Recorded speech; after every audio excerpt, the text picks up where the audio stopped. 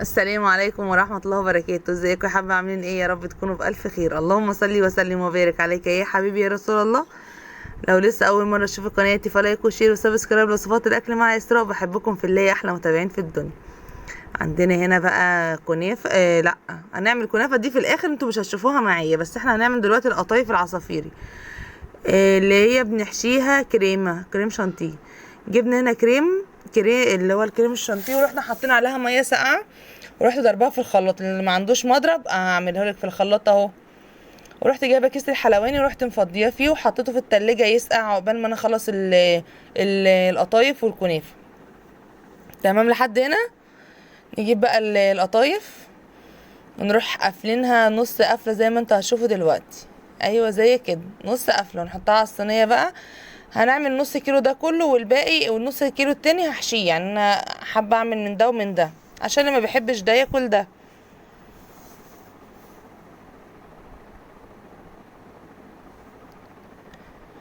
نقفلها هنا نص قفله كده ونروح سايبينها، مش تبطبطوها على بعض عشان لما تنزل الزيت ما تقفش يعني ايه. ما تبقاش قفش. هنجيب هنا بقى نعمل اللي بالمكسرات. احنا كنا خلصنا اللي هي النص قفله دي. نجيب شويه سوداني على شويه زبيب على شويه جوز الهند على شويه سكر. تمام. تمام.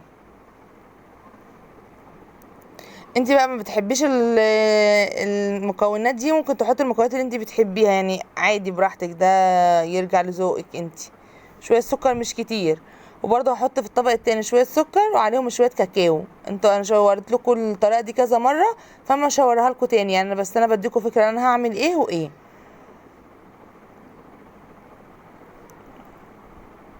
نقلب بقى المكونات دي على بعضها ونبدأ نحشي في القطايف.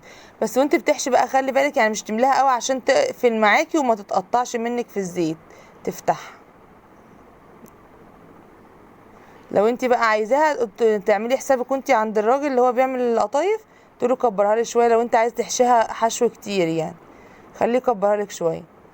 نروح بقى جايبين المكونات دي على بعضها وحاطين كده على قد ايه القطايفايه.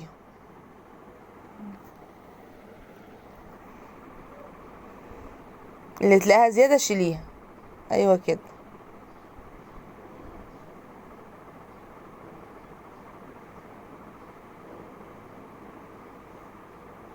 وهكذا وهكذا. وهنحشي برضو الكاكاو بنفس الطريقة برضو زي ما انا حشيته معاكم قبل كده. نجيب الزيت بقى ان يسخن، نروح منزلين فيه الكنافة اللي هي القطايف. مش عارفة معلقة معايا ليه كنافة، بس احنا هنعملها برضو في نفس الفيديو يعني. القطايف هنحمرها ونروح مطلعينها. يعني هنحمرها الاول عشان هي ما بتاخدش طبعا، ما بيبقاش فيها حاجة فمش هتنزل حاجة في الزيت. وبعد كده نحشي بقى نقلي اللي بالمكسرات، ونقلي برضو اللي هي بها فيها الكاكاو. هنخلص الكميه دي كلها. معانا سيرب بقى يكون ساقع، لو انت عايزاها ناشفه تبقى ساقع، لو انت عايزاها طريه وتكون طريه كده يبقى شويه السيرب سخن وهي سخنه. بس انا عايزاها ناشفه فهعمل السيرب. كان السيرب في التلاجة كفى القطايف، وعملت تاني للكنافه. يعني انا اللي انا عملته للكنافه كان كنت لسه عاملاه، وده كان عندي في التلاجة فاستعملته.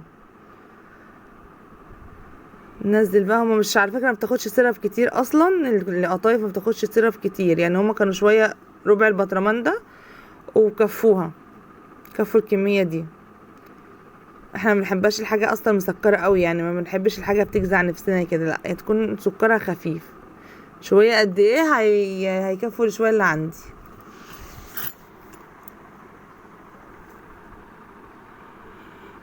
ونروح بقى حاشين دي بقى. يعني انا كنت عملتها وقعدنا فطرنا، وده كان بعد الفطار. سبتها بقى ما هديت، ده هدي والكريم شانتيه برضو خد وضعه في التلاجة برضو عشان يبقى متماسك.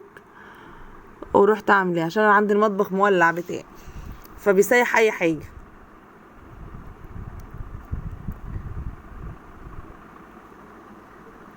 نحشي بقى ده كله. كنت عندي شويه فستق حلبي دوت عملته، وعندي شويه كان برضو مكسرات تانية، لوز على عين جمل عملتها برضو. عملت ده نوع وده نوع، مش خلطتهم في بعض.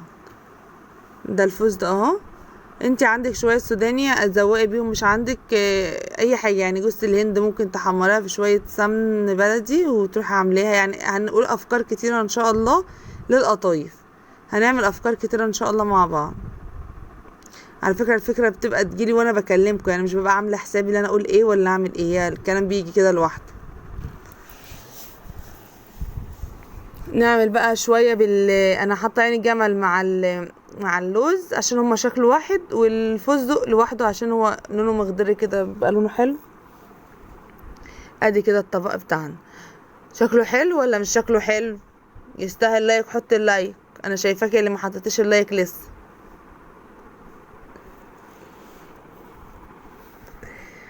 نطلع بقى ايه اللي بعد كده، نرص القطايف التانية، القطايف اللي هي بالشوكولاته وبالمكسرات.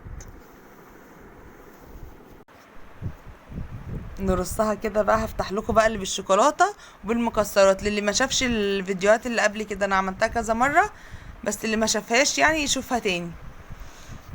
ولو ما شافوش خالص برضو يخش على القناه بتاعتي ويعملها، يدور عليها هيلاقيها. انا عاملاهم قريب لان احنا عاملين كنافه في شهر رمضان، بس القطايف والكنافه في شهر رمضان عملناهم بطرق كتيره برضو. يبقى كده القطايف بتاعتنا خلصت، اللي محشيه واللي هي العصافيري. طلعنا بقى الكنافه دي كنت عملتها بالقشطه الكدابه.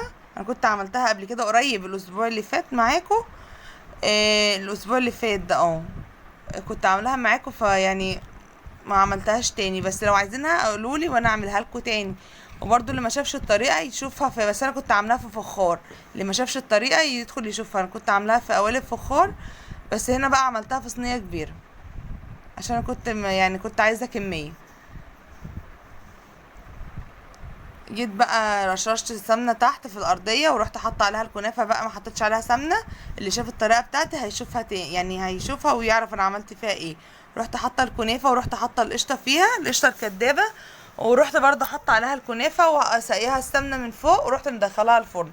وكنت مولعه لها على سيرب تقيل برضه، كان نص كيلو سكر وعليه نص لتر ميه مثلا تقريبا كده. اهو السيرب كان تقيل مش كان خفيف،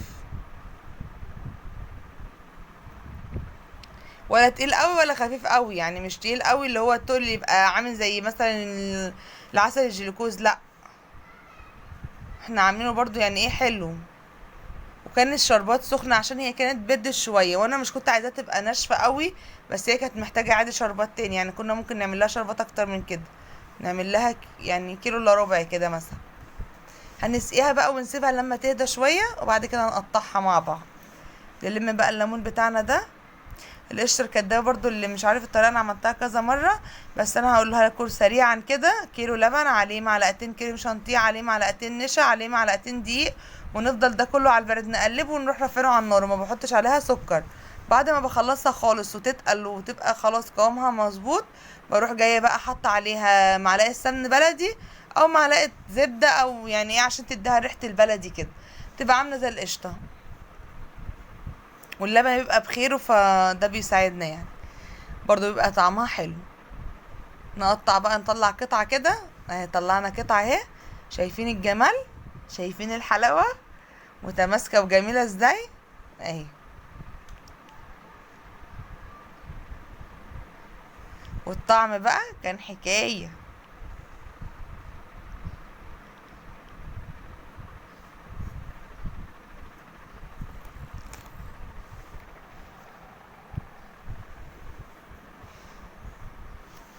انتي بقى عايزاها طرية عن كده بقى، خلي الشربات سخن وهي سخنة برضو، وانزلي بشربات كتير عليها.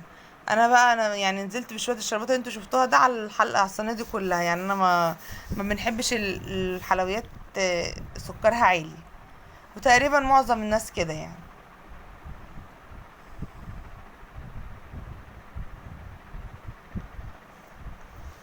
يبقى دي بقى الكنافه اللي انا عملتها من وراكم، بس لو عايزينها اكتبوا لي في التعليقات وانا اعملها لكم.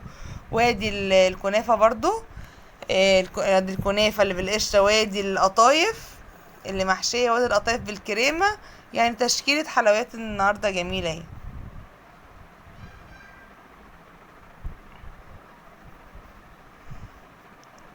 انا مش كنت مستحمله، لا انا يعني ايه، مش كنت مقاومه، لازم ادوقها. الكلام ده كان بعد المغرب طبعا. فاحنا كنا فطرنا وقعدنا بقى ايه، اصور وانا بدوق كده. قلت لازم كده اشارككم اللحظه دي. لو وصلت بقى لحد هنا والكنافه اللي بالقشره دي عجبتك والقطايف اللي بالكريمه دي عجبتك والحاجات الحلوه دي، يبقى لايك وشير وسبسكرايب لوصفات الاكل مع اسراء. بحبكم في الله واشوفكم فيديوهات جديده ان شاء الله، ومع السلامه.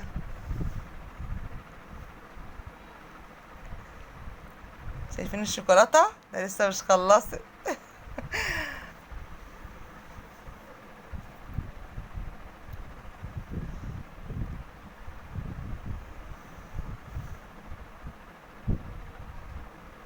انفع حلوانيه برضه. لا هنشوف الموضوع دوت، ممكن نفتح مشروع. يلا اشوفكم فيديو جديد، مع السلامه.